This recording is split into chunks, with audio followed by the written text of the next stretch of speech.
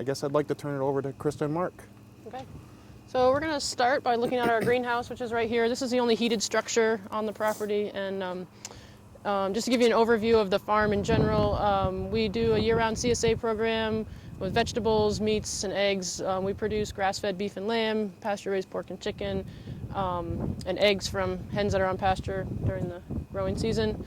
And we also do farmers market and some wholesale, and our self-serve farm stand here.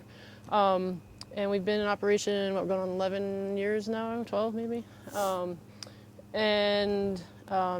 from a, 1 acre garden to now we're close to 200 acres, most of which is grazing land, about 15 acres of vegetable production. Where you're at today is what we call our main farm. This is sort of our hub and our public face, but we lease a couple other farms in nearby, one just about a mile down the road and one down in Richmond Village, and a couple other smaller fields scattered about. And so we're doing a lot of coordination of properties and crops and livestock and moving things around.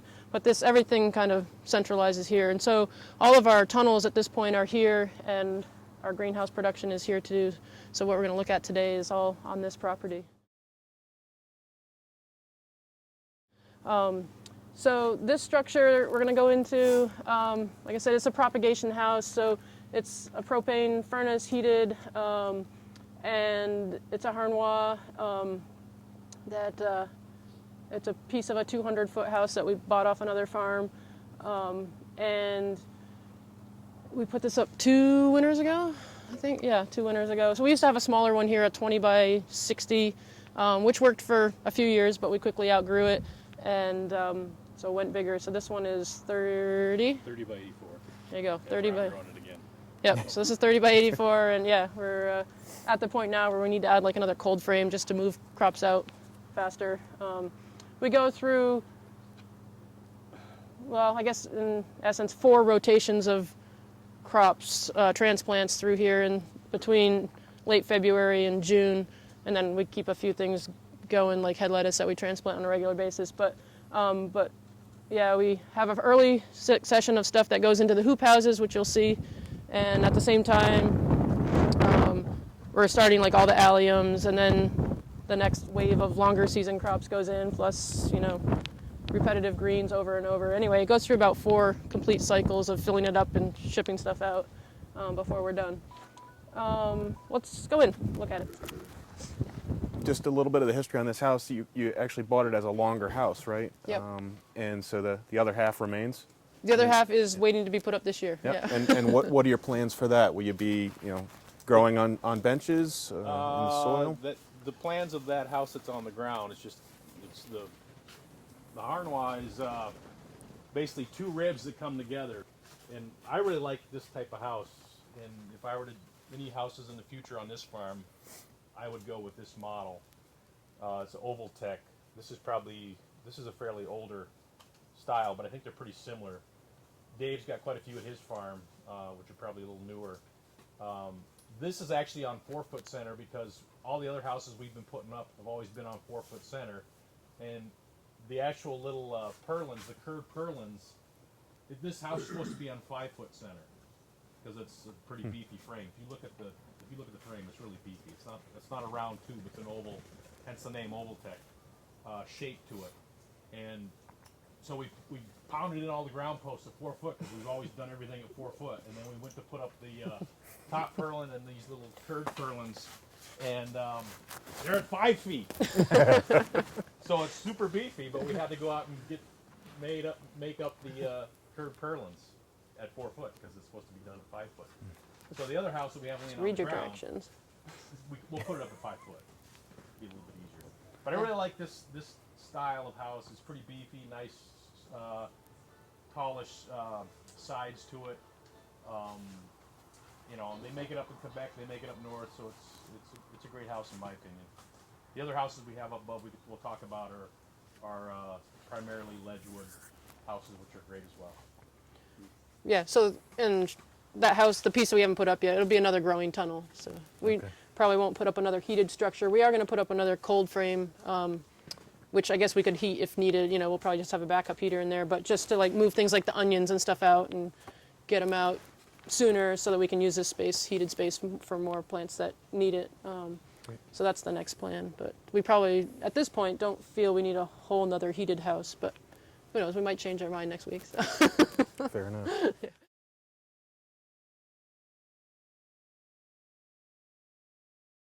The ventilation, this is set, like you can just see the louvers just opened on that side, and then there's a 3-degree temperature differential, so if it goes up another 3 degrees, this fan will kick on and it'll pull air across the house to get the heat out and the humidity out.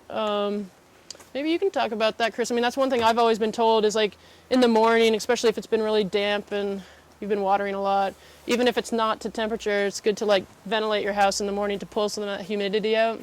Yeah, so that it heats up faster? I guess, so it heats up faster, as you say. So, yeah, a couple different approaches, I guess. One is to heat it first and get the humidity up into the air, because if the air isn't warm, it won't take up as much humidity. Right. And so you're basically using your heating system in conjunction with your ventilation system to pump the humidity out. But it also comes down to crop disease control, right? So depending on what you're growing and sensitivity to leaf wetness and humidity, it may be more important to just get the humidity out quicker. So I think it's pretty dependent upon what you're growing. Yep. Have you guys thought about putting vents here? We have the one, we have No, like gable vents. So this whole thing, Oh, like a plastic, louver? it would be all wood, and then it folds right down. no, we're basically kind of married to this design. Yeah. Yeah, I mean, it's certainly something you could design into this house if you'd. If you have an Yeah, yeah. I mean, we went with a lot of steel this time. You know, the frame. Instead of, you know, we have end wall. We have the wood end walls, which are insulated, also blue board. You know, for a look. You know, especially for the front of the house. But all the structural stuff is now metal, so we don't have to worry. Well, except for the baseboard. So. And your fan is pulling in or pushing out, Christa? Blows out. It does. Okay. Yeah. So Draws those- from there. Those end louvers open up. Yep. 3-degree differential on the thermostat, which is in the middle of the house. So if it's set at 70 degrees, it'll open up. If it doesn't, if it cools it sufficiently, those will shut. If it doesn't, it gets to 73 degrees. That kicks on the exhaust fan. Okay. Blows air out, which then sucks that Okay. very cold air on the other Here it end. goes. So now it's kicking in. Perfect timing. Wow. Yeah. On cue. I can't believe you got the timing right. Yeah. And what about your gable louvers? When do those open up? Those aren't hooked in yet. Okay. So they don't open yet. Okay. But we'll set them on a separate thermostat, so that hot air that comes up rises up, we can exit Gotcha. out on top. All right. Great. Early, until the tomatoes are in here, we keep the night temp around 50, and then once the tomatoes are in here, we keep it at like 55. And then the daytime temp, we try to, you know, keep it between 70 and 80. That's why these vents are set for 70, so they'll push air out before it gets, you know, really hot in here. Because, yeah, if these vents weren't working, you know, by the middle of the day, it'd be 110 degrees in here. So easily, even on a day like today, just from the sun.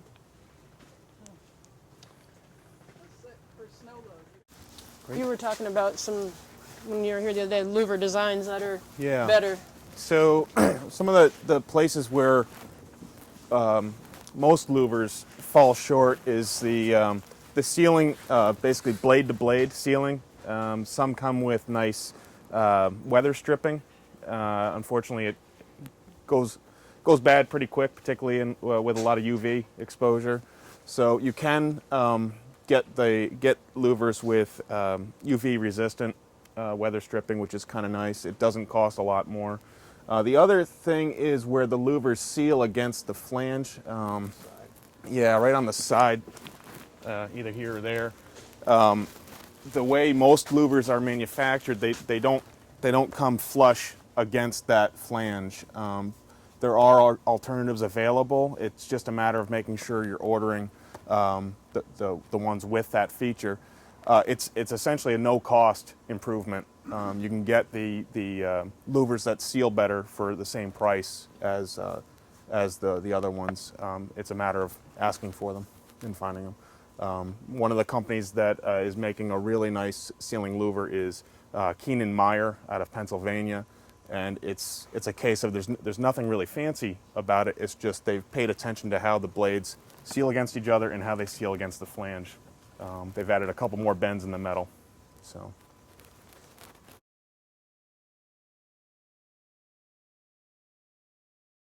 We went with a overhead watering system, which is set up. We have a hydrant, a frost hydrant in the house on that far left back corner, and this is all stuff just sourced through Griffin.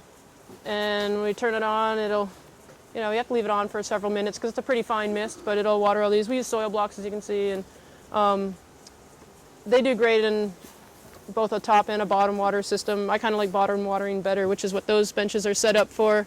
But space-wise, it was more efficient to not have those benches through the whole house.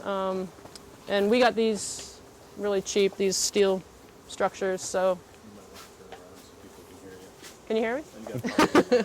All right. Well, let me move back another bench, and then I can face you all. So why do you like the bottom watering better?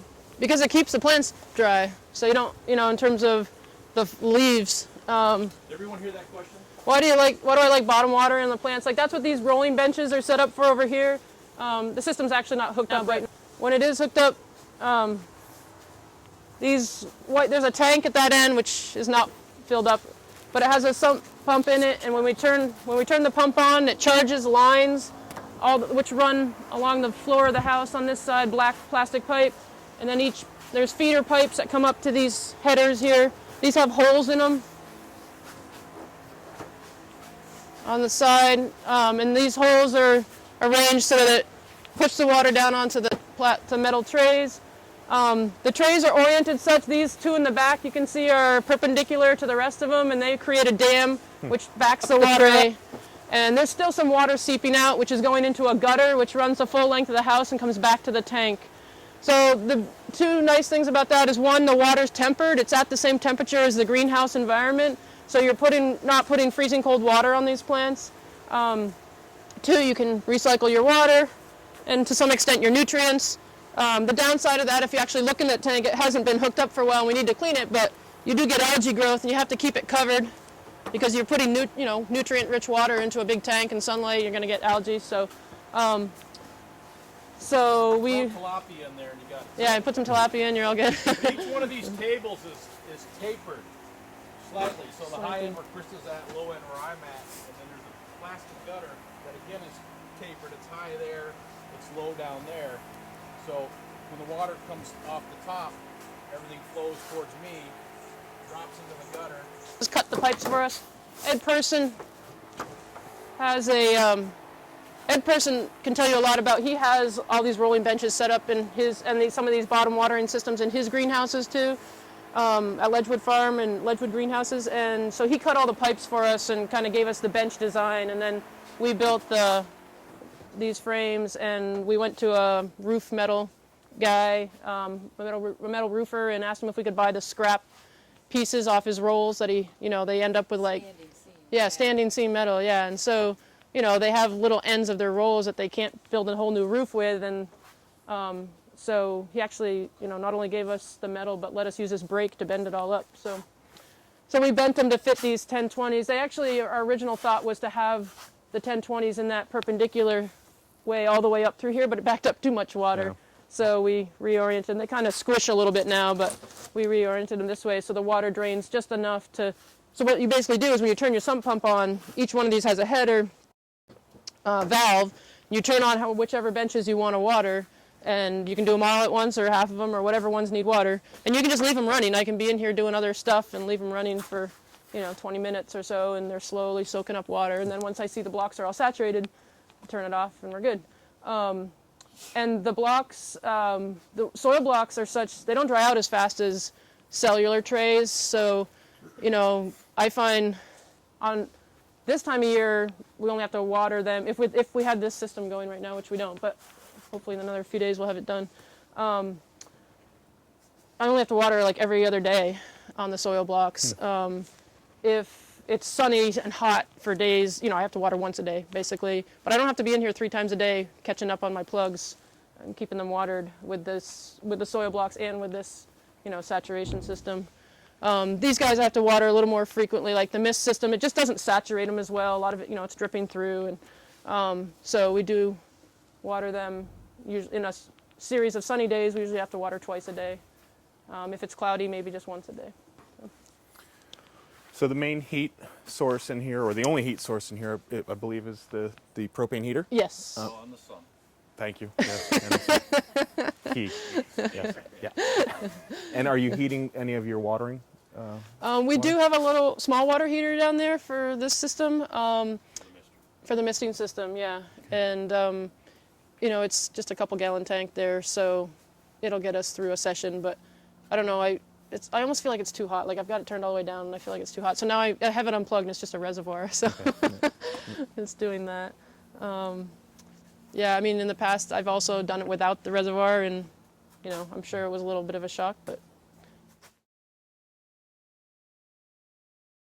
automated watering saves a ton of time, as much as you can do it. The next thing, the soil blocks, they take a lot of time, and so, we might move away from them eventually as we keep getting bigger. But I love how they transplant, and I love the health of the plants. They're really good that way, but they do take time to make. How do I make them? We have, I can show you down there, we have some blocking forms. Johnny sells them, Fedco sells them. So we have some floor blockers that'll do like 20 blocks at a time, and then you have to, you can use any size tray. We use these just because we use it for everything. It's easier, but you kind of have to hand fill up the side because otherwise you'll have space in the tray after you use the big blocker. But there are automated blockers. You just sort of have to get to a scale where it's worth buying one because they're pretty pricey. So yeah, I know, other folks use like the wind strip trays and stuff, which are really nice, and if you can ever get them. So. We just use a real moist soil. Yeah, for the soil, I use Vermont Compost Company's Fort V. I know other folks use McEnroe's, I don't know which mix they use, but they use one of the McEnroe organic potting soils. The Fort V works really well in terms of the consistency that you need, and when we walk back down there, I can kind of show you like what you have to do. Blake's got one of the blockers there, hold it up. So if someone's like moving right along and just focusing on blocking and not seeding the trays at the same time, they can fill 40 trays an hour. If you were doing other flats that you're just filling with dry soil, I'm sure you can do a lot more than that in an hour.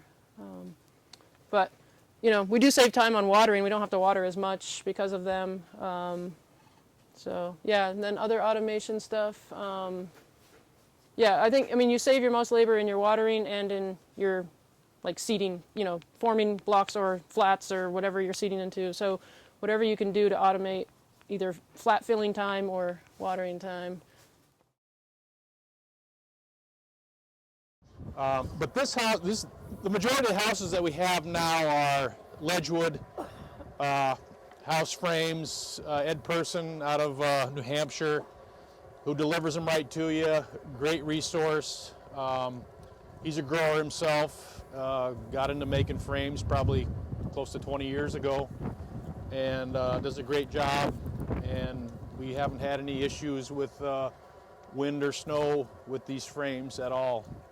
Quonset, the older Quonset varieties, you really got to be Johnny on the spot if it's going to be heavy snow, because they're such a flat top, they're going to catch too much snow. You got to be there to push it off. So a couple things that we're finally getting around to doing, which makes it easier for the crew, and is rolling up the sides. So that piece over here you can see is the original style, which has the sliding pole that goes through it.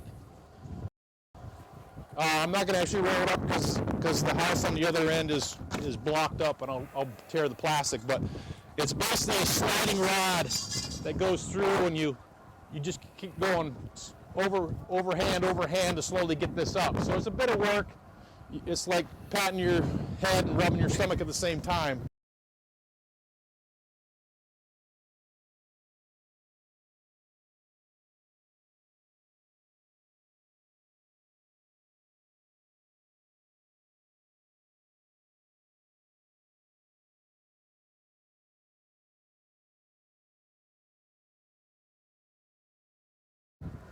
But now we're going to these gear crank, which which Advancing Alternatives makes. And Griffin used to carry these, but they don't carry these anymore in their catalog. They have some from Advancing Alternatives, but they're like double the price of this orange guy.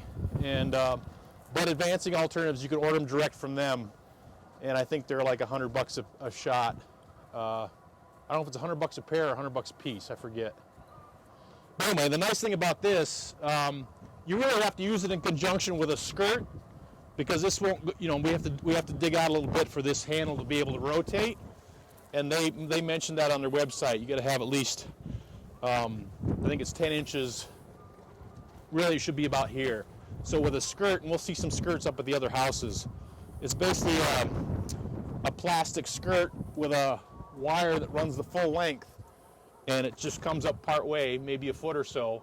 That helps keep any ground air out of the house, and allows you to ventilate in the wintertime. If you got a bunch of snow and you want to ventilate on the side, that skirt, if your snow is below that skirt and this guy is up a little higher, then it's going to allow you, actually I can't rotate that, that's connected on the other end. We can do another house up above, but basically it's a pretty simple gear. I think it's a 5-to-1 ratio, and it just you just crank and crank and crank and it roll. We do this little curved bend on here with threaded rod through the hoop, and it just rolls it right up the full length. This is a 144 length house, so easy peasy to roll that up. It's a little bit of muscling with the old style So pipe. Mark, the skirt would stay in place. It's a piece of plastic that would Right, stay the in skirt place. stays in place year round. And this comes down and overlaps. Yeah, it. we'll Okay. see a house up All right. above that has Great. a skirt, but this one hasn't got one yet. We're eventually. Well, we're going to put another one on the other side.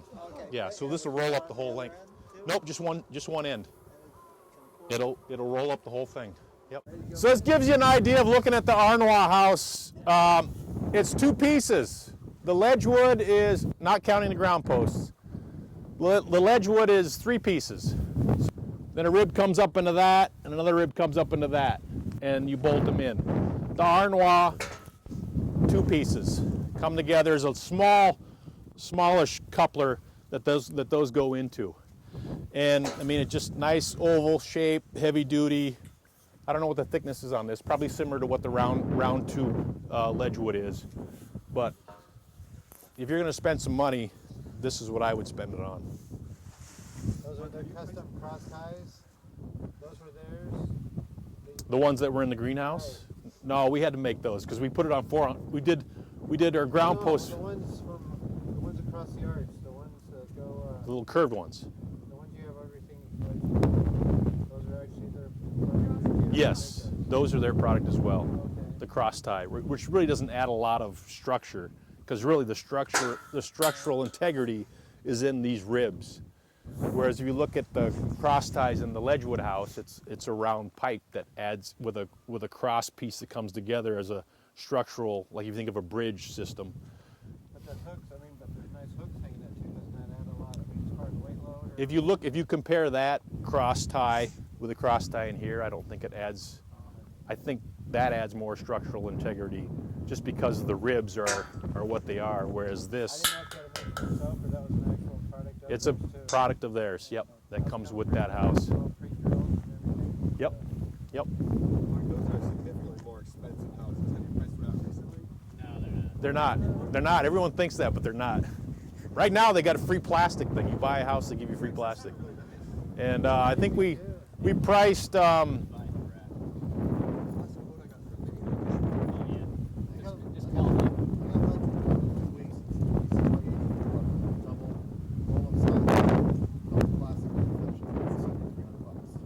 You can get an Arnois for that same price, I bet. Pretty close to it. Nothing wrong with Ledgewood. Nothing wrong with Ledgewood. Yeah. They're putting him in to so-called strengthen them up. I've seen them with snow load, and they definitely make a big difference. They'll bow. They'll bow before the actual rib bows. So it does add something to it. Yeah. So basically, don't do this. You can't grow anything with these on the ground. This is probably a Farm Tech or a Clear Span. that we got about To 4 me, or 5 it's- years to ago. me, This it's is if like you the burn second anything. house that we got on the farm because the price was ridiculous, and now I know why the price was ridiculously cheap. If you look at the comparison, the peak, every time you put a fresh piece of plastic on this house, the peak breaks through the plastic. If you look along the length of the peak, you can see where it's busted through. I think it's a Farm Tech or clear. It's a piece of crap. Don't buy anything from Farm Tech. I mean, if you're doing hoop houses, don't buy them. Get a Ledgewood or an Arnwa. But you can see again, this is like if you're going to do tractor work in here or certainly snow load, you can look at the height of this side piece here down to me. It's almost as tall as I am. So for snow load, you don't have to worry about this house. Now I'll walk over here and you look at this house, right? So there's another couple feet. This is really too low. We've had snow a couple years ago where it's been to here, and I have to clear it from out of here, otherwise this house is going to collapse. This one I don't have to worry about because it's such a high sidewall. And so for tractor purposes, we would throw that tractor in there, easy peasy to run right against the side of this house. I can't do it on this house. So for a lot of reasons, this house is going out of here. So if anyone's looking for a used hoop house, good price, That's really useful. leave your name with me. Why is this house going on? It's real benefit inflating these houses. The biggest benefit, I think, other than some increased R value, is on a windy day, you're just not beating. The lifespan of that plastic's going to be a little bit longer because it's not whapping against the ribs of the frame. So when you go up to see these other houses, they're making a ton of noise, or they're abrading against the ribs. This doesn't because it's inflated. What's the average lifespan of this plastic? What it's supposed to be, or what people do? They say 4 to 6 years. Yeah. I think. And then at a certain point it gets, it's UV treated, so it doesn't break down as fast. But at a certain point, if you're hitting 5 years, you probably want to replace it just because it's probably abraded enough that not enough sunlight's coming in. And it gets more opaque, so you're not getting the transmission of light through like you used to. So. Oh, you can speak to that probably better. Yeah, you got it. So this plastic's probably about 5 years old. There's a lot. We had chickens in here a couple years ago. Our chicken flock cleaned out the bulk of the shavings and manure. We windrow that, compost it. But you look in here, you can see there's lots of cuts on the side wall, so this needs to be replaced. We're going to double insulate this house. We really want to try to double plastic insulate all the houses up here. Yeah, double plastic inflate it. Largely for the wind issue. I mean, because when it gets real windy up, you can kind of see some of these houses. The plastic, if you don't get it tight enough, and it varies over the season, hot weather, cold weather, that plastic shrinks and expands. It just beats on the ribs and it just shortens the life of that plastic. And you can see like this door shades like this bench or this wall shades this, this bench for a little while, but So you use it for getting going, it looks like.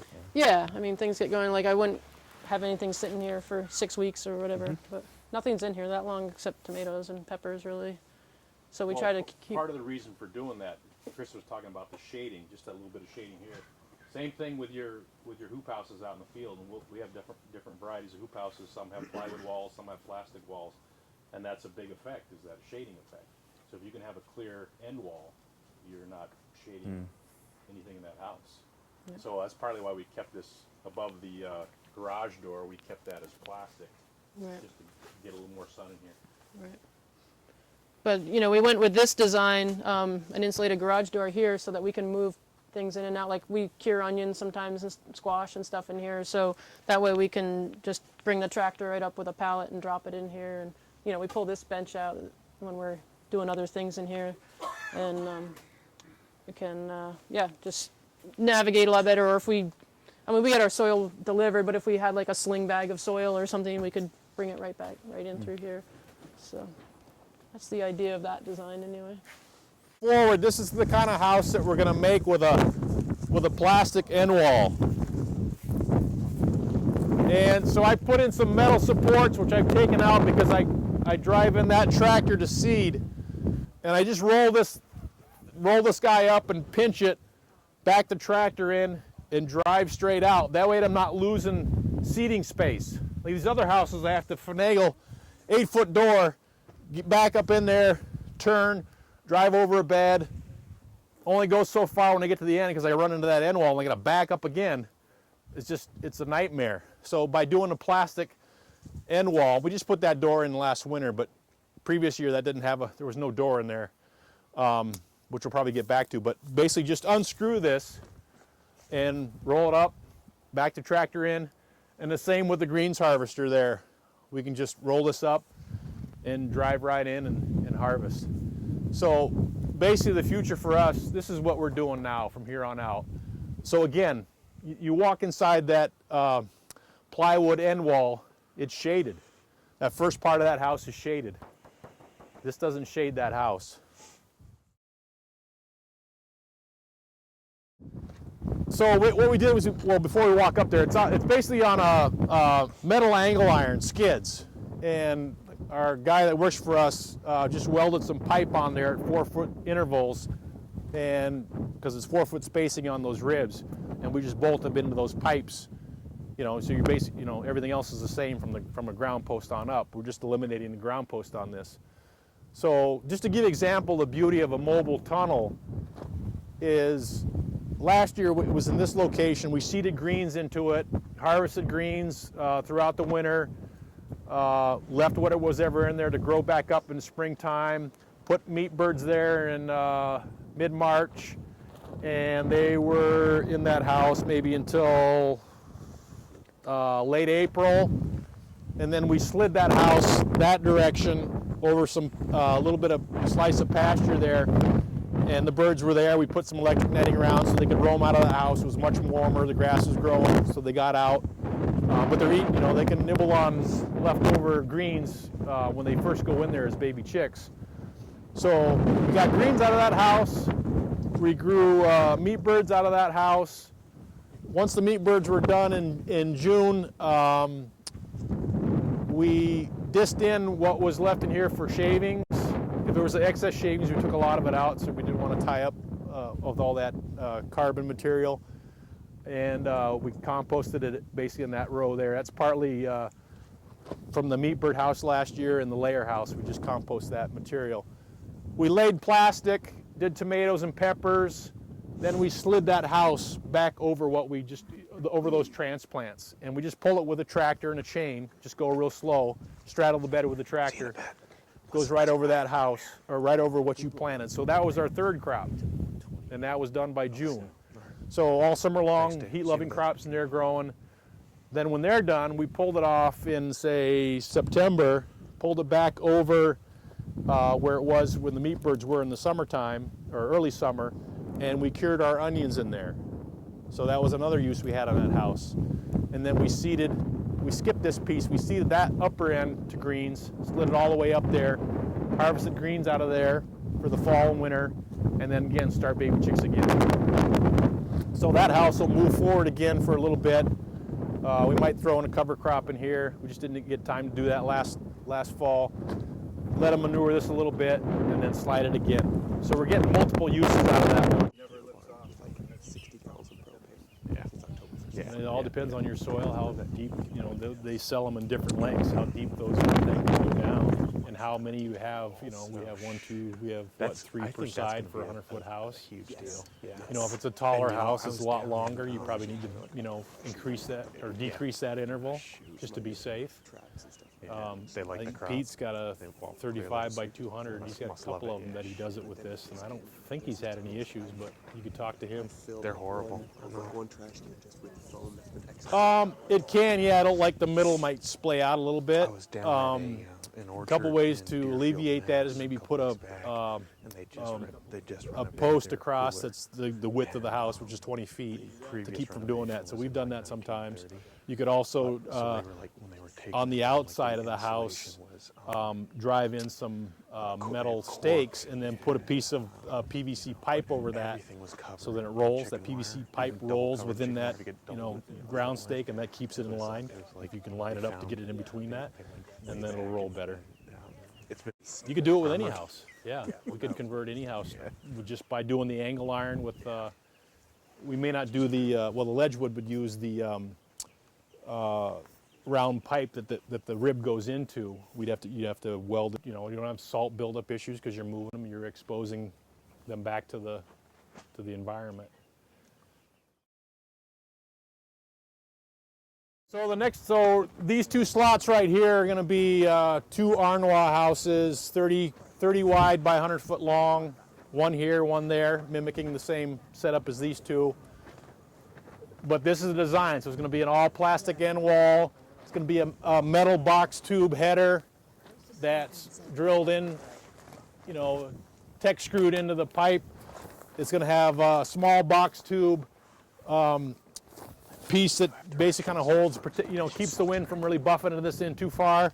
We have a wooden sill in here just to attach that to, but I can come in and out of there easy with the tractor to seed it or the greens harvester, no problem. Just take these out of here, roll the plastic up. You have unlimited full access with the tractor to seed or harvest or what you're going to do with the tractor, till it, whatever you want to do. So that to me is a lot simpler. Faster to put this end wall up than to frame up with all the 2x4s on these other houses and put plywood on. And wind issues, so far, we haven't had any issues with wind beating these guys in. They're all wiggle wired. So we have a wiggle wire channel that's tech screwed to this box tube header, and we wiggle wire the plastic to it. And the same, this is a wooden hip board with a wiggle wire channel on it. But the Arnois makes it's all metal. They have a metal channel, hip channel, that you attach your wiggle wire channel to. So you don't have to worry about replacing your hip board. So it's all metal. So that's what's going to go on these next two spots is Arnois, double plastic inflated plastic layer, plastic ends. Super. How about